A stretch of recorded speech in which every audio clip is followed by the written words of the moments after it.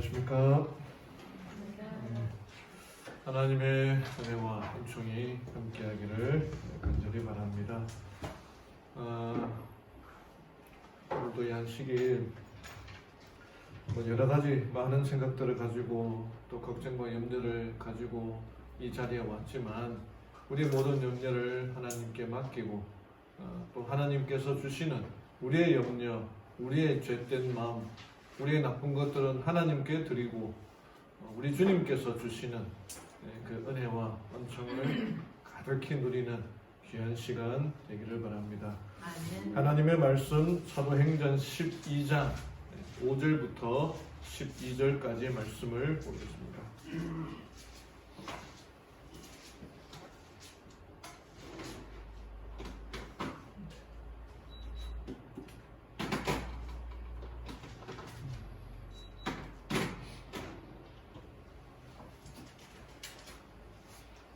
하나님의 말씀 사도행전 12장 5절부터 12절까지의 말씀입니다.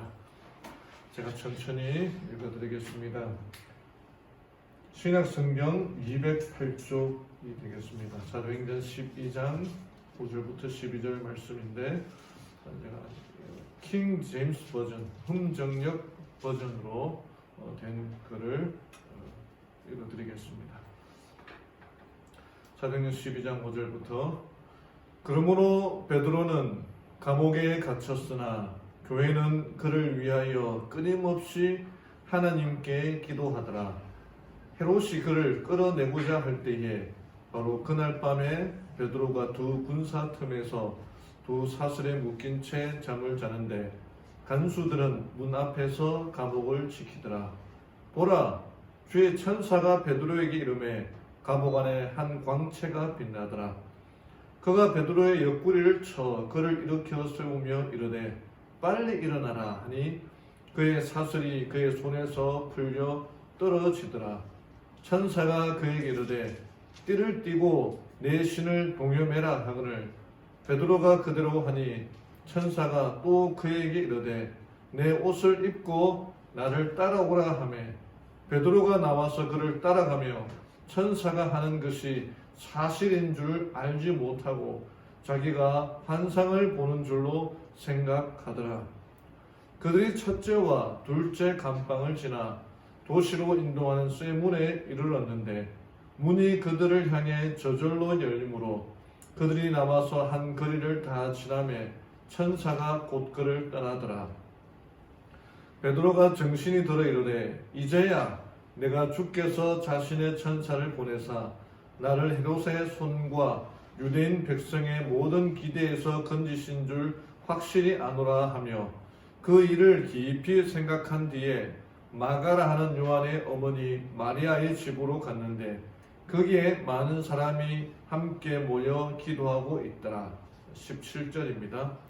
베드로가 그들에게 손짓하여 그들을 잠잠하게 하고 주께서 자기를 감옥에서 데리고 나오신 일을 그들에게 밝히 말하며 또 이르기를 가서 이 일들을 야고보와 형제들에게 보이라 하고 떠나서 다른 곳으로 가니라. 오늘 이 성경 말씀은 베드로가 감옥에 갇혔는데 천사를 통해서 그 감옥에서 탈출하는 이야기입니다. 사도행전은 행동하는 성경절들입니다. 그래서 설교할 때 대단히 부담스럽습니다. 그러니까 이 사도행전에 나타난 여러 모습들은 성령의 충만함을 받은 사람들이 어떻게 복음을 전하고 다니느냐 우리들에게 아주 적절하게 보여주거든요. 그럼 오늘 이 시대를 살아가는 우리들은 어떻게 살아야 하느냐? 그러니까 사도행전에 나타난 그 사도들처럼 그 제자들처럼 그 신자들처럼 우리가 살아가야 되는데 우리는 지금 어떤 모습으로 살아가고 있는가? 대단히 부담스럽습니다. 그러나 이들도 성령의 능력으로 하나님의 말씀을 전하고 복음 전파에 힘쓴 것처럼 우리들도 하나님의 성령의 능력으로 일을 할 수 있음을 우리들에게 가르쳐주고 있으니 이 약속의 말씀을 믿고 순종하며 따라가는 우리 성도님들 되기를 간절히 바랍니다. 스테반 킹이라고 하는 유명한 이 소설가가 있습니다. 정말 그가 쓴 이 소설책들은 대부분 다 베스트셀러가 되었고, 그 중에서 또 유명한 게 하나 있는데, 여기에 그 리타 헤이워드와 쇼생크 탈출이라고 하는 이 책이 있거든요. 소설책인데, 진짜 소설이죠. 아주 흥미진진한 그 책인데, 그게 이제 영화로 만들어졌는데, 그 영화가 쇼생크의 탈출이라고 하는 영화입니다.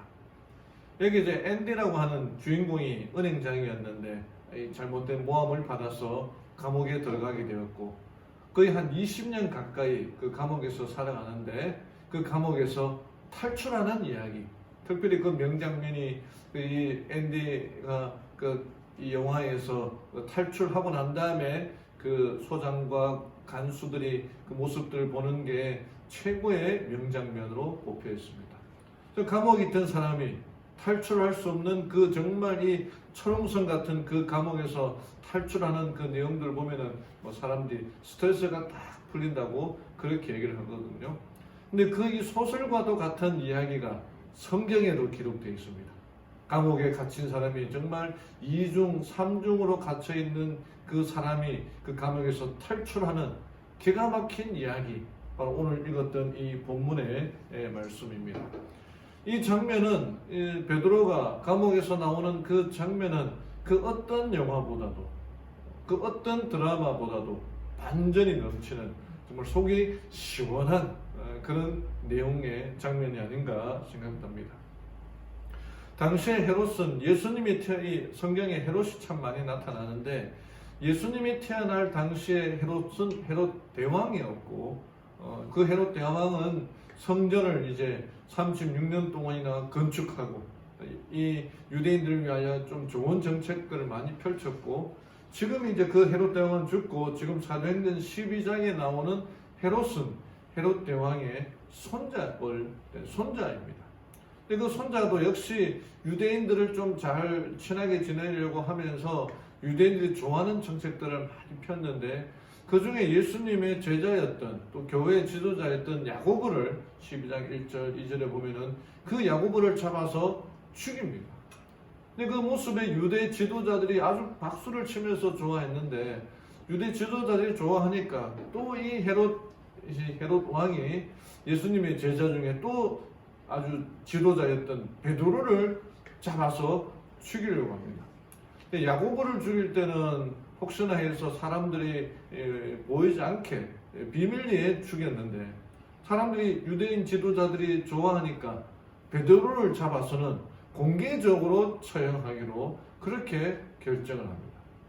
그런데 베드로가 사도행전 5장에 보면은 아나니아와 삽비라의 사건으로 감옥에 한번 들어갔다가 또 천사가 도와줘서 이 탈출한 그런 전력이 있거든요. 그래서 헤롯은 이번에는 베드로를 감옥에 넣는데 아주 철저하게 지키게 합니다. 감옥에 넣고는 그 감옥 안에 군사들 2명을 바로 옆에다 세우고, 그 감옥 얼마 안 되는 그 감옥이 이제 바위를 깎아서 만든 지하 감옥이었거든요. 그 베드로를 두고는 옆에 군사들을 지키게 하는데, 그 군사들이 지키다 보면은 졸리면 잠을 잘 수가 있으니까 쇠사슬을 연결하게 됩니다. 오른쪽 팔은 오른쪽에 있는 군인이 쇠사슬로 연결되어 있고, 왼쪽 팔은 왼쪽 편에 있는 군인이 쇠사슬로 연결되어 있습니다.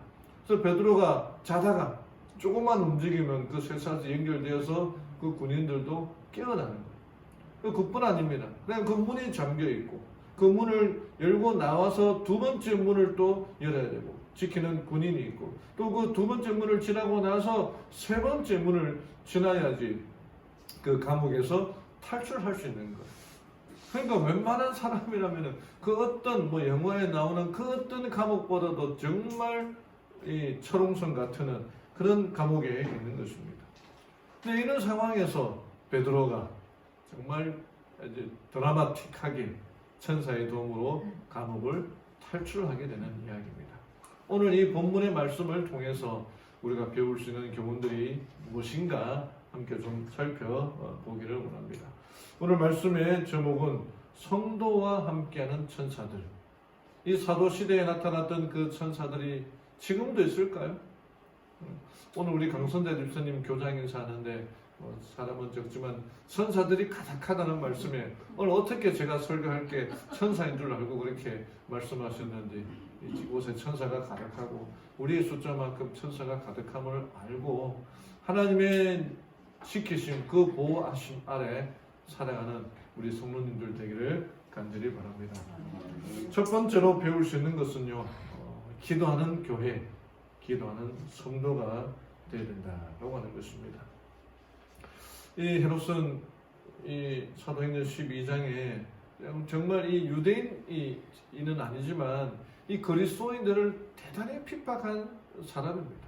이 헤롯이 물론 이제 이 12장 후반부에 보면은 그가 하나님처럼 되려고 하다가 아주 비참하게 죽는 장면이 나오는데 그가 아무 죄도 없고 아무런 관계도 없는 기독교인들을 그렇게 핍박한 사람입니다. 그리고 이 유대 그리스도인들을 완전히 없애려고 교회의 지도자였던 예수님의 12제자 중에 그중에 수석 탑3 안에 드는 제자가 야고보, 요한, 베드로이거든요. 근데 그 중에 야고보를 먼저 잡아서 죽여버리는 거예요. 그 사람들이 좋아하니까 베드로도 잡아서 죽이는데 6월절이 지난 다음에 공개적으로 처형하려고 그렇게 하는 것이었습니다. 그러니까 교회가 이 그리스도인들이 기독교가 무너지려고 하니까 지도자들은 다 잡혀가 있고 한 형편의 교회가 했던 일은 기도하는 일입니다. 여기 5절에 베드로는 감옥에 갇혔으나 교회는 그를 위하여 끊임없이 하나님께 기도하더라. 그럼 교회의 지도자가 잡혀가면은 우리 장모님이나 제가 교회에 없으면은 이 교회가 어떻게 되겠습니까? 그런데 희한하게도 지도자가 없음에도 교회가 기도하는 교회가 되었다는 것입니다. 이게 옛날에 우리나라 일제 강점기 때에 신사참배라고 있었습니다. 교회들이 대부분의 교회들이 이 일본의 압제하에 어쩔 수 없이 교회가 신사참배의 배교의 길을 가게 되었고 그럼에도 뜻있는 사람들은 신사참배를 거절하고 진리 따라 살기 위하여 반대를 하다가 옥에 갇히기도 하고 그런데 이때에 지도자라고 하는 사람들이 앞장서서 신사참배를 했다.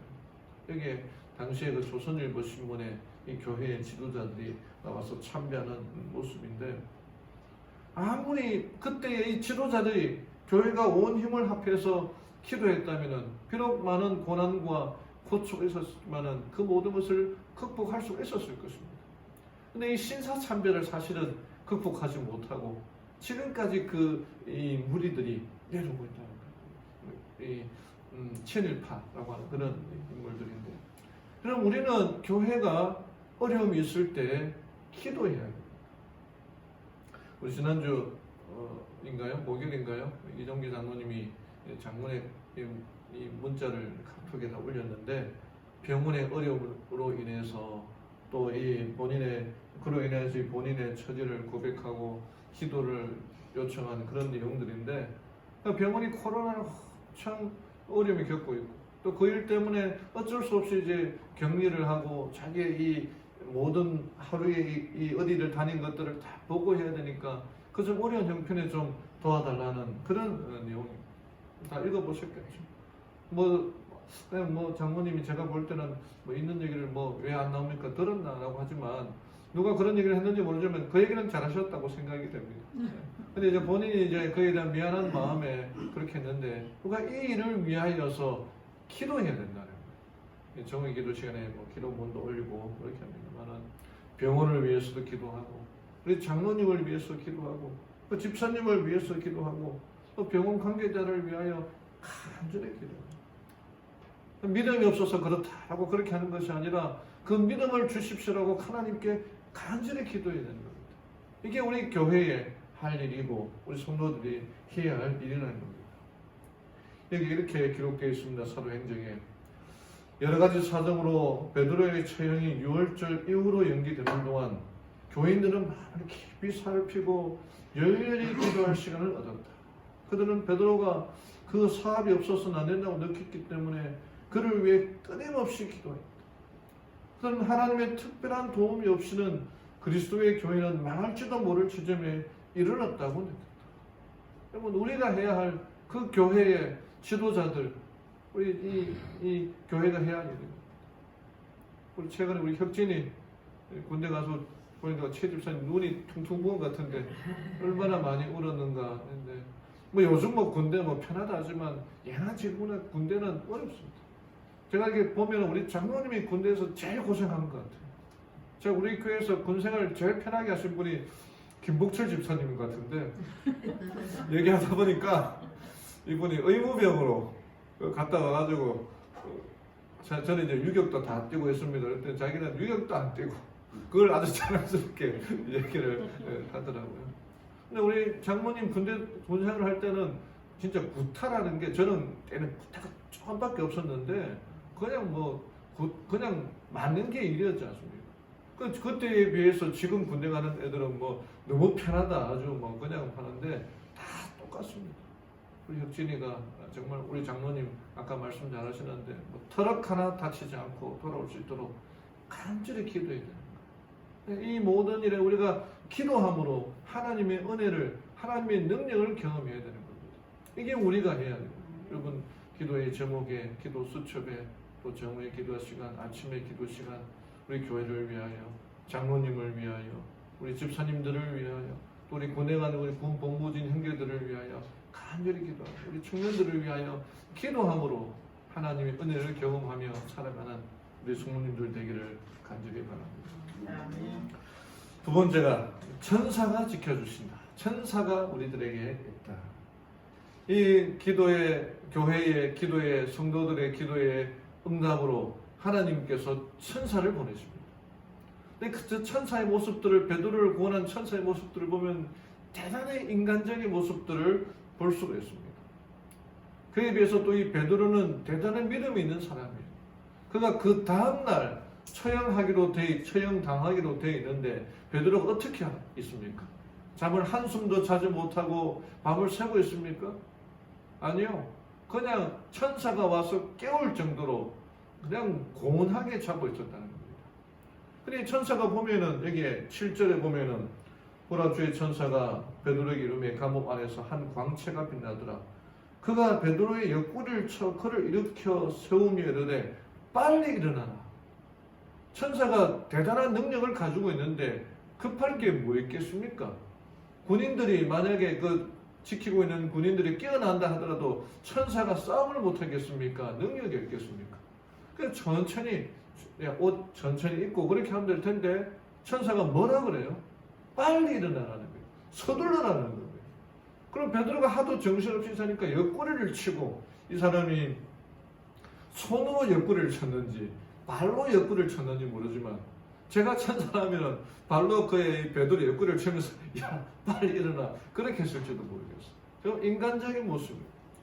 그럼 베드로가 비몽사몽간에 뭐 어떻게 일어나니까 천사가 옷 이렇게 옷을 메고 신발끈 메고 나오려고 하니까 이 옷을 또 다시 겉옷을 입으라고 하는 겁니다.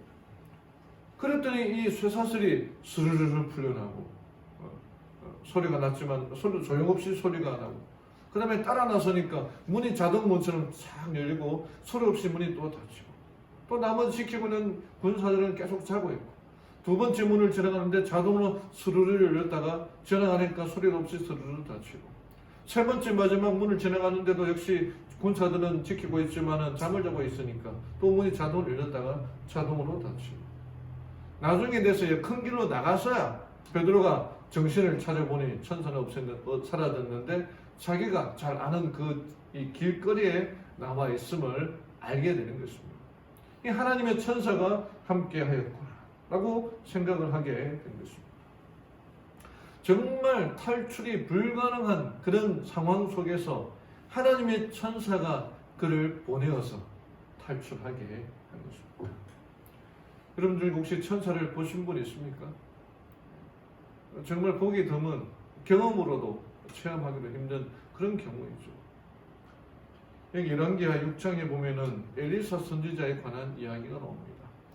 그때 이 당시 북방 이스라엘이 이방 아람과의 관계가 좋지 않았는데, 그 아람 왕이 엘리사를 잡기 위해서 군대를 보냈는데 그 군대가 막 이 엘리사가 있는 성을 둘러싸고 있으니까 걱정이 돼가지고 그의 종도 사환이 걱정이 돼가지고 막 이러고 있는 편에 그때 엘리사가 사환을 위하여 기도하기를 눈을 떠서 눈을 뜨게 해주십시오 라고 하니까 기도하여 그러되 여호와여 원컨대 저의 눈을 열어서 보게 하옵소서 하니 여호와께서 그 사환의 눈을 여심해 저가 보니 불말과 불병거가 산에 가득하여 엘리사를 둘렀더라.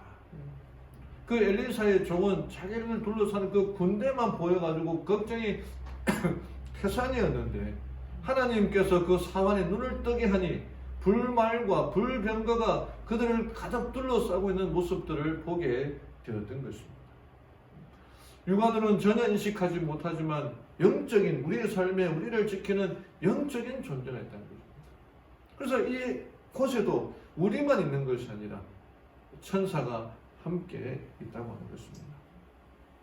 성경에 여러 천사들이 나타나는데 성경 말씀 한 장을 이렇게 비교해서 보면은요, 특별히 이 마태복음 18장 10절 예수님이 하신 말씀을 보면은 각 사람마다 경호원 천사가 있다는 것을 보여줍니다. 이게 삼가 이 소자 중에 하나도 없음 여기지 말라.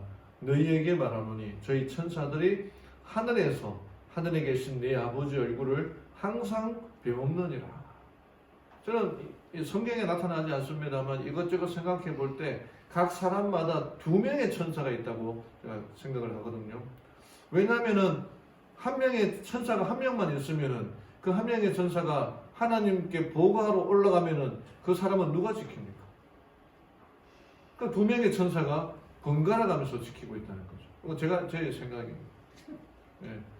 악한 천사는 한 명일 거라고 생각해요. 왜냐하면은 하늘 천사의 3분의 1이 사단으로 쫓겨나면서 내려왔거든요.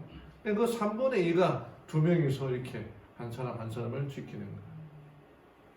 여러분 경호원들이라고 하는 직업이 있는데 그 경호원들 중에 남자 경호원들보다 여자 경호원들이 더 돈을 많이 받는다고 합니다. 더 귀하기도 하니까. 왜냐? 요즘 뭐 여자아이들이 자꾸 이렇게 지금도 그렇으면 뭐 유괴를 당하기도 하고 뭐 해코지를 당하기도 그렇게 하니까 이 여자 아이들을 지켜주는 여자 경호원들을 뽑으려고 하는 사람들이 많다는 거예요. 그 남자들은 일당이 뭐 7만 원, 8만 원이면은 여자들은 12만 원, 13만 원 그렇게 된다는 겁니다. 여기 하나님께서 우리들을 지켜주시는 우리는 육체적인 경호원은 없지만 하나님의 천사가 우리들을 지켜주고 계신다. 돌봐주고 계신다. 여기에 교육책에 이렇게 기록되어 있어요. 구속받은 자들만이 천사들이 자신의 일생에 향한 봉사를 이해할 것이다. 날 때부터 자기를 지켜준 천사, 발걸음을 주목하고 위험한 날에 자기의 머리를 보호해준 천사, 사망의 골짜기에서 자기와 함께하고 무덤을 지키다가 부활의 아침에 처음으로 자기를 맞아준 천사, 이는 천사들이 함께 이야기하며 자기의 일생에 베푸신 하나님의 섭리와 이를 위한 하늘의 모든 활동과 협력에 대한 이야기를 듣는 이는 얼마나 즐거울까. 그러니까 우리의 천사가 우리를 지켜주고 있는데 태어날 때부터 우리 이게 2명의 천사가 붙어 있는 거예요. 그리고 어디를 갈 때 여기 보면은 위험한 날에 나를 지켜준 천사. 저도 뭐 한 번씩 운전하다가 깜빡 졸 때가 있거든요. 아차 하는 순간인데 보면은 살아있어요. 그때마다 하나님 내가 아직 죽을 날이 죽을 때가 아닌가 보다 하고 이렇게 차를 좀 세우고 좀 쉬긴 하는데 제가 다른 목사님들 얘기를 들어보면은요, 서울에 출장을 가다가 억수로 막 비가 쏟아지는데 그 비가 쏟아지는데 갑자기 차가 빗길에 미끄러지면서 2바퀴를 돌았다는 거예요. 그 2바퀴를 돌았는데도 그 방향이 이 역방향이 아니라 순방향이 됐다는 거예요. 근데 그때 제 친구 목사님인데 그때 이제 생각하기를 어떤 강력한 힘이 자기를 붙들어주고 있다는 그런 느낌을 받았다는 거예요. 천사가 우리를 지켜준 거예요. 어쩌면 우리가 살아가는 게 뭐 위기를 많이 당하기보다 별로 잘 안 당하지만 그때마다 하나님께서 우리를 지켜주시고 보호해 주신다는 거죠. 그리고 특별히 이제 우리 혁진이 얘기 자주 해서 참 죄송한데 이제 군대 가면은 우리들보다 위험한 경우가 많거든요. 군대에서 여러 가지 사고도 많이 생기는데 그때마다 우리 혁진을 지켜주는 천사가 하나님께서 보호해 주셔서 잘 제대할 수 있도록 우리 아들이라 생각하고 여러분 많은 기도를 부탁을 드리겠습니다. 천사들이 하는 일이 여기 있는 거예요. 그럼 우리가 딱 죽으면은 그 천사들이 어디로 다시 하늘로 복귀하는 게 아니라 여기 보면은 무덤을 지키다가 부활의 아침에 처음으로 자기를 맞아준 천사. 그러니까 내가 죽으면은 이제 뭐 이렇게 화장을 하면서 무덤 갇히면은 그 천사가 내가 부활 때까지 지켜준다는 거예요. 그러니까 여러분 공동묘지 같은 데 가면은 귀신들이 많이 버글버글 거리는 게 아니라 특별히 재림묘 같은 데 가면은 하나님의 천사들이 바글바글 하고 있다는 걸 생각해야 된다는 거예요. 그러니까 그 천사들이 얼마나 우리를 위하여 보고 있는 것입니다. 그런 이야기들을 나중에 여기 보면은 하늘에서 내가 어떤 일을 겪을 때에 그때 내가 너를 도와주었다 하는 그 천사 이야기를 들으면은 얼마나 기쁘겠냐 이거죠. 우리가 알지 못하는 일이 있다 하더라도 나를 지켜준 그 천사가 우리를 지켜주고 돌봐준다는 것입니다. 이게 섬기는 천사들은 열렬하고 살아있는 모든 믿음의 기도를 응답하려는 목적으로 예수 그리스도의 명령을 즉시 순종하기 위하여 보좌 주위에 대기하고 있다. 천사들이 엄청나게 많나 봐요. 우리 이제 2명 지키는 천사들뿐 아니라 하늘에서 하나님께 우리가 기도를 드릴 때에 즉시 응답하기 위하여 준비된 천사가 5분 대기조처럼 준비되어 있다는 것입니다. 이 사실을 믿으며 살아가시는 우리 성도님들, 또 이런 천사가 있음을 인하여 감사하시기를 간절히 바랍니다. 탈무드라는 책에 이런 이야기가 있습니다. 천사가 여행하는 중에 어느 여행하는 천사의 2명의 천사에 관한 이야기인데 여행하는 중에 부잣집에 하룻밤을 보내게 되었습니다.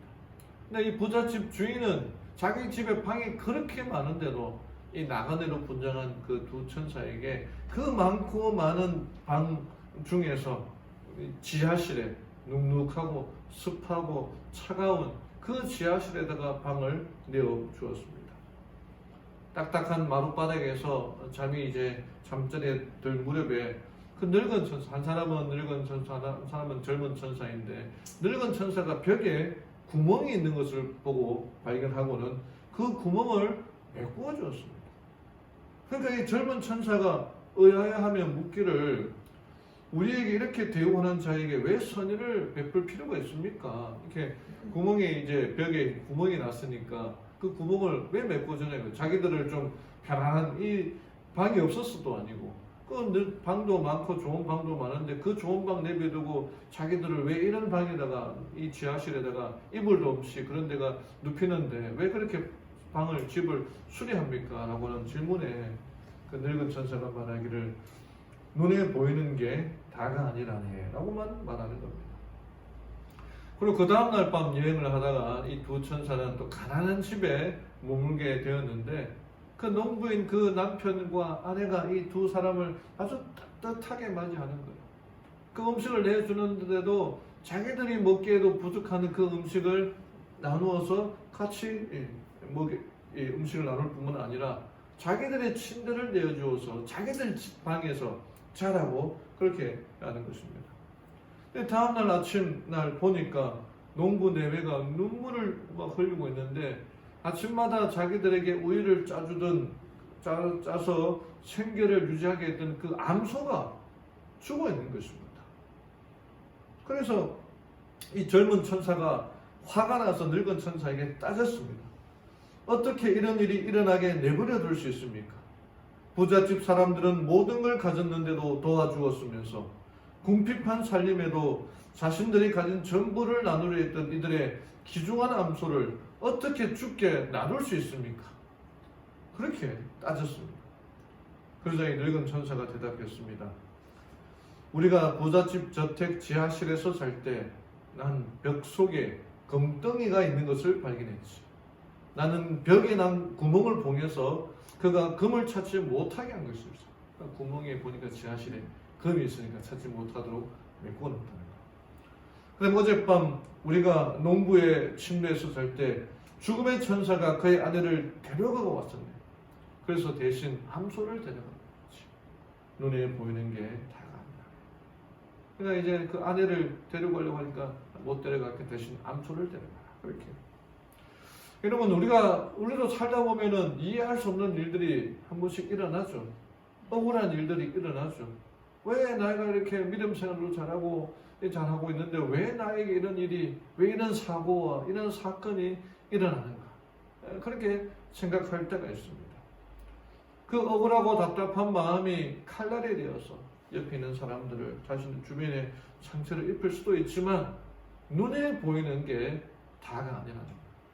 눈에 보이지 않는 천사가 우리들을 지켜주고 있다는 것입니다. 이 베드로의 감옥 탈출에 대하여 사도행전에서 바이브이는 이렇게 말합니다.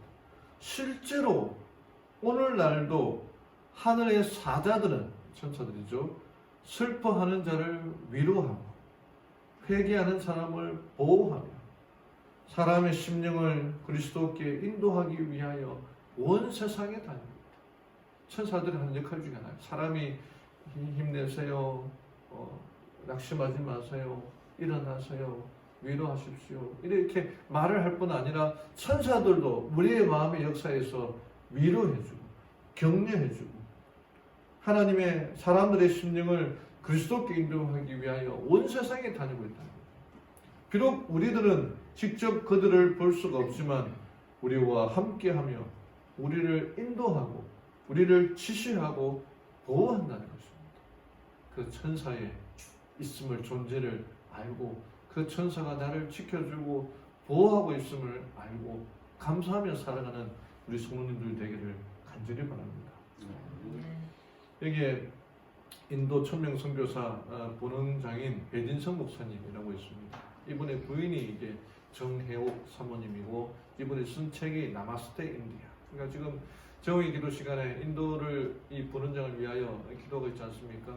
인도에서 일하고 있는 이 배 목사님이 그 주 정부의 땅을 불화받아서 뭐 학교도 하고 있는데 이제 계약 기간이 30년, 50년인데 이제 끝날 때가 다 됐어. 그러니까 이제 우리 재림교회에서 그 땅을 받아서 이제 운영을 하고 있는데 올해 5월에 연장할 것인지 이제 파기할 것인지 결정하는데 연장이 될 수 있도록 여러분 다시 한번 간절히 기도해 주시기를 부탁드립니다. 이분이 몇 년 전에 이제 이 책을 쓰고 각 교회마다 이 교회 책을 보냈는데 읽으신 분이 있을 것입니다. 이분이 인도네시아 그 선교사로 일하고 있는데 그 더운 나라니까 벌레들이 얼마나 많습니까? 풍덩이도 있고 그런 벌레도 있는 반면에 또 해로운 해충들도 많거든요. 보니까 거긴 진해가 있는데 진해의 길이를 재보니까 15cm, 새끼손가락만한 굵기에 길이가 15cm니까 얼마나 이 남자들이 봐도 막 지겹지 않습니까? 한 요 정도 되는 진해를 제가 봐도 막 살아서 막 나올까 싶어가지고 진절머리 나는데 그런 굵은 진해가 나타나니까 이분이 이제 화장실에 들어갈 때마다 진해가 있나 없나 이렇게 확인하는 거예요. 하루는 잠이 오지 않아서 한 12시쯤에 이제 자려고 들어갔는데 이제 모기들이 많고 이 해로운 것들이 많으니까 이 모기장을 치고 잠을 자고 이제 들어갔는데 한 1시간도 되지 않아서 딱딱딱 하는 소리가 들리더라는 거예요. 여러분 집에서 그런 소리가 날 게 어디 있겠습니까? 그래서 그냥 들리는 소리겠지 하고 잠을 청하는데 너무나 또렷하게 딱딱딱 하는 소리가 나니까 도마뱀 소리도 아니고 그렇다고 이제 이 생쥐가 뭘 갉아먹는 소리도 아니에요. 그래서 소리가 어디서 나나 싶어서 보니까 자기가 자고 있는 그 바닥에서 소리가 나더라는 거예요. 그래서 이 침대가 없어서 매트 깔고 자는 매트가 있어. 매트를 덜쳐봤지만 아무것도 찾을 수가 없었던 것입니다. 근데 새벽에 소리는 딱딱딱 하면서 계속 소리가 나는 거예요. 그래서 이게 무슨 소리인가 궁금해서 남편을 이제 깨워가지고 무슨 소리예요? 찾아보자 하는데 남편도 일어나서 잠결에 그냥 쳤다가 쥐가 갉아먹는 소리도 아닌다 그러면서 너무 졸렸던지 그냥 자는 거예요. 이 사모님도 그냥 그런 소리 나나보다 싶어서 이제 자려고 이제 하다가 다시 잠을 청하기 전에 손전등으로 이 모기장을 비춰봤는데 그 손전등에 자기의 손바닥보다도 더 큰 거미가 모기장에 탁 달라붙어 있는데 모기장 밖에 있는 게 아니라 모기장 안에 있는 거예요. 독거미죠. 애기들도 있는데 그 거미가 나와서 그 자기 애기들 물어보면 어떻게 되겠습니까? 그래서 놀래가지고 신랑을 소리를 지르면서 일어나니까 신랑이 일어나서 겨우겨우 도망가는 그 큰 거미를 간신히 잡았습니다. 그리고는 어떻게 거미가 들어왔을까 이렇게 생각하고 만약에 그 거미가 아기들을 물었다면 아이들을 물었다면 어떻게 됐을까? 그런데도 계속 딱딱한 그 소리의 정체는 찾지를 못했던 것입니다. 이번에 이렇게 글을 써뒀어요. 여보, 그 소리가 무슨 소리였을까요? 생각해봐요. 이상하잖아요. 그 소리 때문에 내가 깼는데 지금은 그 소리가 나지 않아요. 당신도 분명히 들었죠. 혹시 천사가 우리를 깨운 걸까요? 그럼 왜 혜호가 일어나라 그렇게 말하지 않고 소리가 났을까요?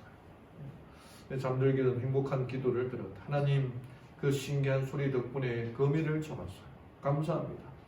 그런데 그 소리 하나님이 내신 소리 맞죠? 근데 왜 제 이름을 부르지 않으셨어요? 암튼 너무 감사해요.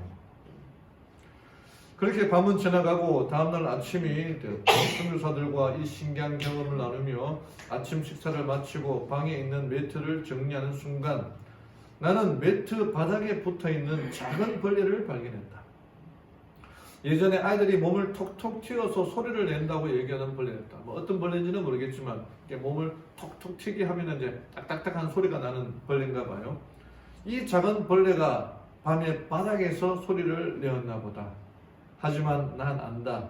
꼭 알람을 맞춰 놓은 것처럼 나를 깨워주고는 밤새 아무 소리를 내지 않은 이 작은 친구는 분명 하나님이 보내신 도움의 손길이었다.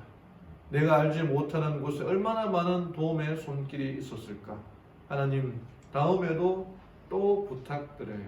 이렇게 이제 글을 남깁니다. 매일 매 순간 천사들이 우리를 지켜주고 보호해주고 있다는 것입니다. 바이블이 이렇게 말해요. 하늘로부터 온 천사가 그로 하여금 진리를 찾는 자를 만나도록 인도한 빌림의 경험.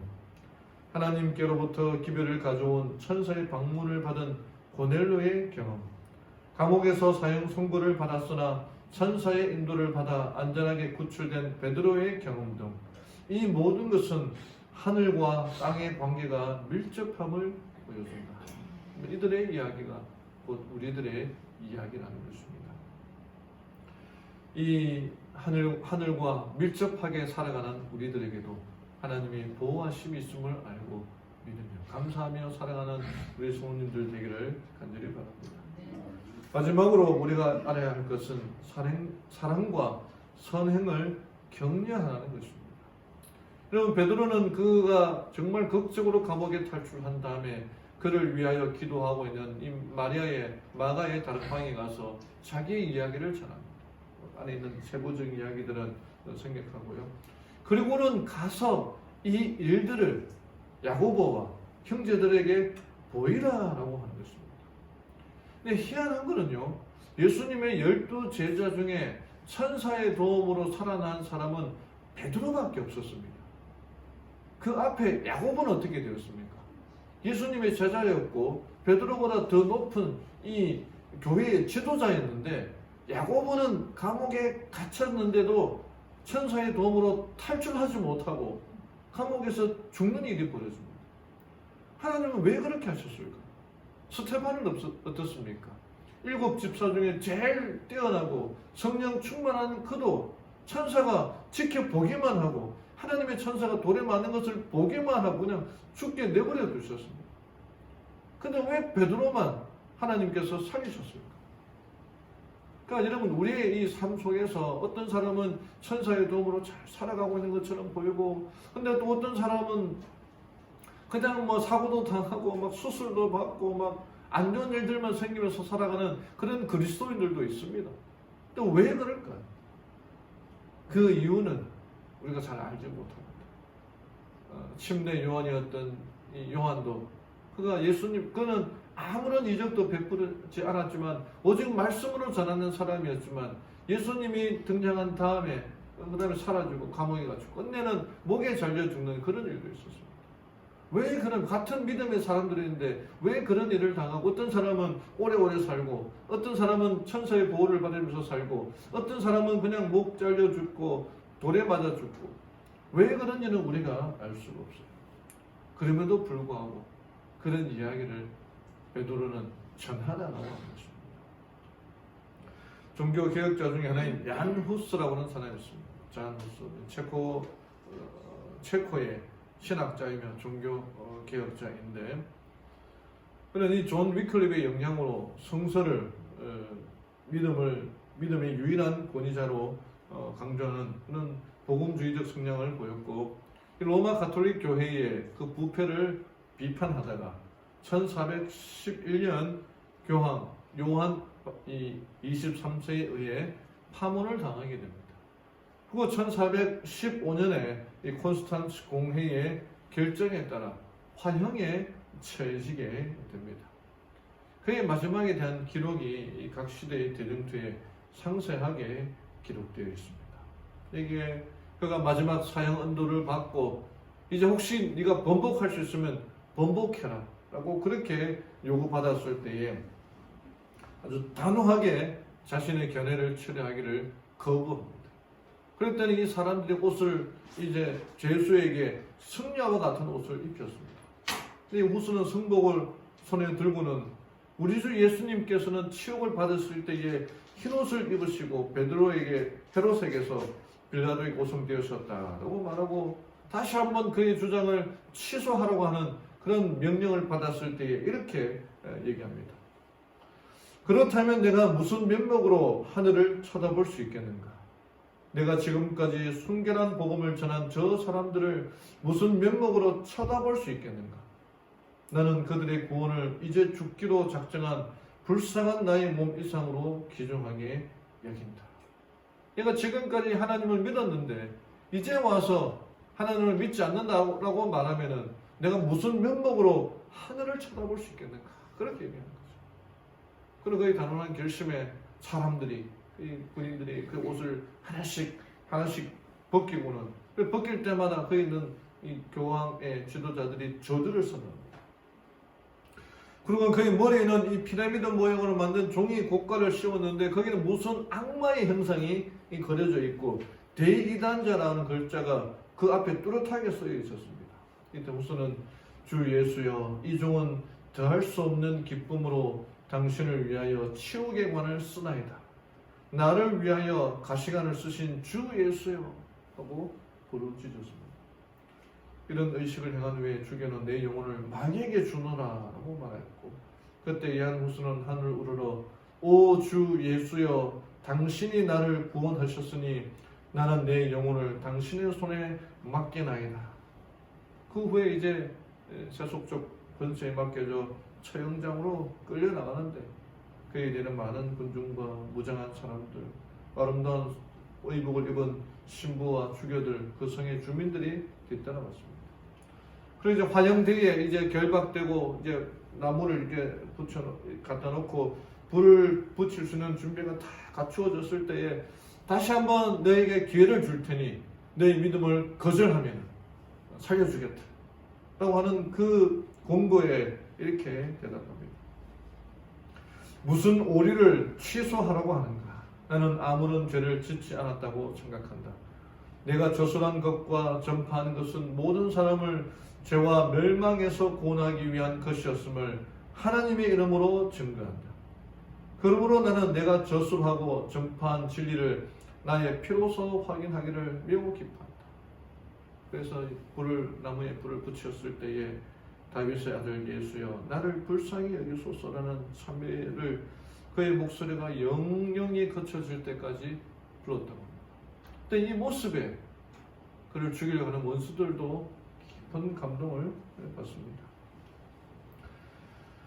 그 열광적인 법왕당의 한 사람은 후스와 그 후에 있을 제르미의 순교에 대하여 다음과 같이 묘사하였는데 두 사람은 다같이 최후의 순간까지 변함없이 확고한 마음을 가지고 있었다. 그들은 화형을 받기 위하여 나아가기를 마치 혼인잔치에 나아가는 것과 같이 하였다. 그들은 아무런 고통의 부르짖음도 발하지 않았다. 불길이 일어날 때에 그들은 찬미를 부르기 시작하였는데 그 불길의 기세도 그들이 부르는 노래를 그치게 할 수 없는 듯 하였다. 그리고 후스의 몸이 다 타버린 다음에 그들은 그 재와 흙을 모아서 라인 강에 던져 대해로 흘러가게 하였다. 그의 핍박자들은 그가 전한 진리를 건전한 것처럼 생각하였다. 그러나 그날에 던져진 재가 대해로 흘러가서 각 나라에 씨를 뿌리고 아직까지 알려지지 않은 나라에서까지 진리를 증가하는 열매가 풍성하게 맺혀질 것을 그들은 거의 생각지 못하였다. 콘스탄스 회의장에서 부르짖은 그의 소리는 메아리가 되어 그 후 각 시대를 통하여 쉼없이 울려 퍼질 것이다. 후스는 이미 가고 없으나 그가 생명을 바쳐서까지 옹호한 그 진리는 결코 멸절될 수 없었다.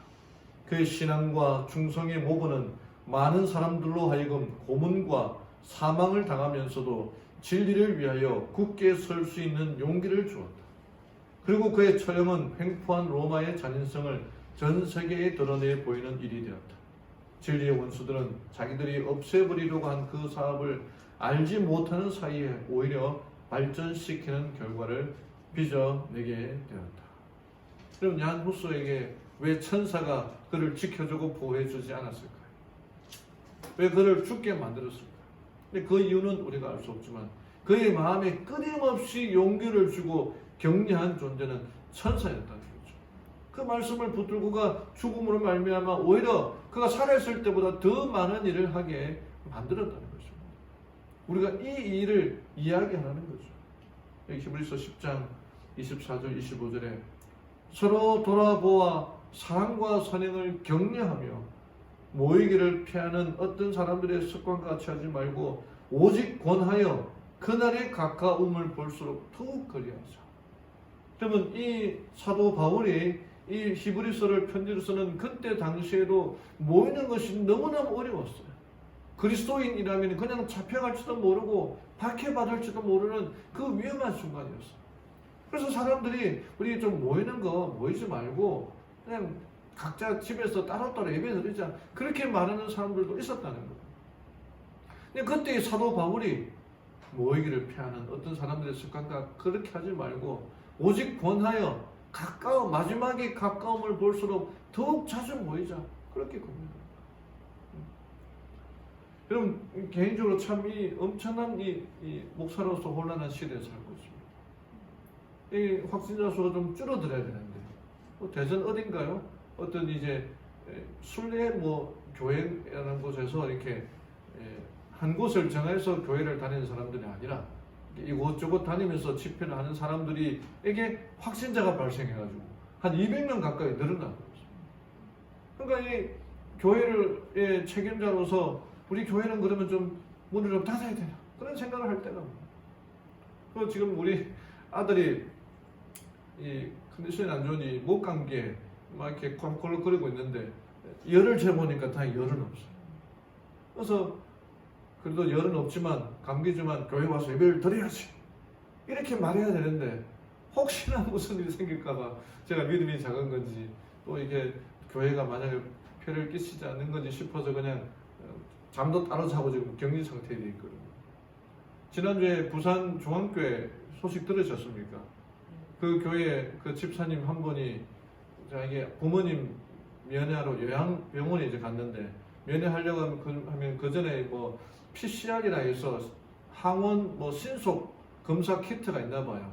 검사를 하면 20분 만에 나오는 그 키트가 있는데 근데 오진율이 많다는 거예요. 근데 그 키트로 검사를 했는데 양성 반응이 나왔고 화요일 날 이제 면회를 갔는데 양성 반응이 나왔고 치수가 높게 나왔다는 거예요. 한 3시쯤에 검사를 해서 결과가 나왔는데 그러니까 담임 목사님한테 연락을 하니까 그분이 지난 안식일 교회에 와서 시무도 하고 봉사를 했는데 같이 이 연결된 사람들이 다 검사를 받으러 가야 되는 거예요. 그 중에서 병원에서 일하는 삼육병원에서 일하는 직원들도 있었거든요. 그 직원들도 얘기를 해가지고 그 직원들도 그 검사를 하고 강제로 퇴근하고 이렇게 격리하고 안 그래도 이제 부산 삼육병원이 그 확진자 발생 때문에 난리를 쳤는데 지금도 또 그렇게 되니까 또 격리하고. 그다음에 그 일하시는 부산중앙교회 성도님 중에서 부산 삼육초등학교 통학버스 기사로 일하는 분이 또 같이 이제 겹쳐져 가지고 부산 삼육초등학교는 휴교하고 그 다음날 수요일 휴교하고 그러니까 관계되는 사람들이 다 지금 엉망이 되어 버린 겁니다. 다행히 이제 수요일날 오후에 이제 다 음성이다. 관계되는 사람, 격리됐던 사람 40명, 병원 직원들까지 포함해가지고 다 음성이다 해서 이렇게 나타나게 되었는데 그런 얘기를 들으면은 모이기를 좀 감지해야 되나 이렇게 우리가 안식일을 4월 달부터 안식일 학교를 이제 시작하기로 했고 10시부터 하기로 했지 않습니까? 그래서 다시 11시로 돌아가야 되나 막 이게 복잡한 생각들이 많이 나타나요. 어떻게 될지를 모르겠다는 겁니다. 그럼에도 불구하고 이 사도 바울의 권면은 그때 당시에도 모이기가 어려웠던 코로나보다는 덜한지 모르겠지만 어려운 시대였지만 지금도 어려운 시대라는 거예요.